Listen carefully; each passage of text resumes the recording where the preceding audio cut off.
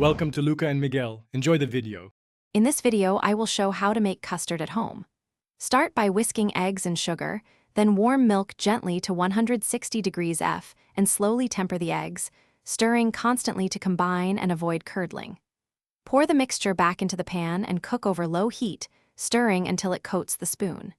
Strain for smoothness and chill gently before serving with fruit or a sprinkle of nutmeg. Gather eggs, sugar, whole milk, and vanilla, and set a heavy-bottomed pan and whisk nearby. Beat eggs and sugar until smooth and slightly pale, then warm milk gently off heat and add flavoring. When milk reaches steam but not boiling, slowly pour it into the eggs while whisking to temper. Return mix to low heat and stir constantly until it thickly coats the spoon, then strain and cool. Keep the heat low and stir in a gentle figure-8 motion to avoid scrambling the eggs. Watch for the nap stage where the custard coats the spoon and leaves a clean line when tapped.